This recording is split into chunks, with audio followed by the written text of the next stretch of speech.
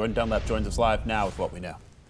Matt and Monica, the jury selection process is far from over. Today, a group of about 100 possible jurors will return to the courthouse for questioning, as the field will be narrowed down then to just 12.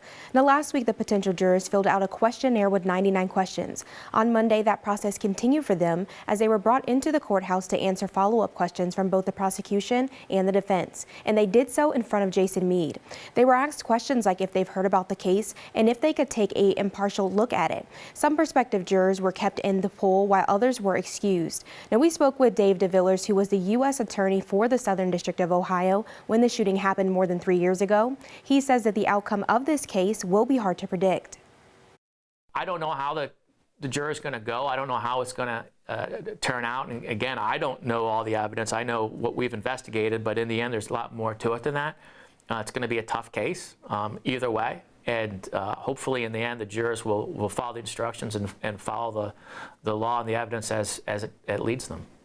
Now, both the prosecution and the defense declined to comment at the end of the night, but of course, NBC4 will be back in the courtroom today for day 2 of jury selection, and we'll be sure to bring you the latest on the air as well as online at NBC4i.com. The field will be narrowed down to just 12 jurors.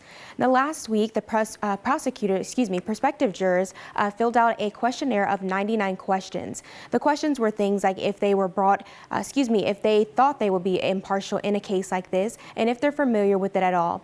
Yesterday, after they were brought back in for some follow-up questioning, some of the jurors were kept in the pool while others were excused.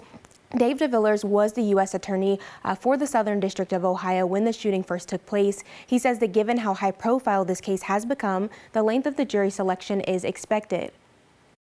Anytime you have a case like this for both sides, right, there's going to be some challenges. And I think it's important to find out, you really deselect a jury, not select it. So there's certain issues that people may want to look at both on the prosecution side and defense side as to whether this jurors are good or bad for those sides. Now, at the end of the night, both the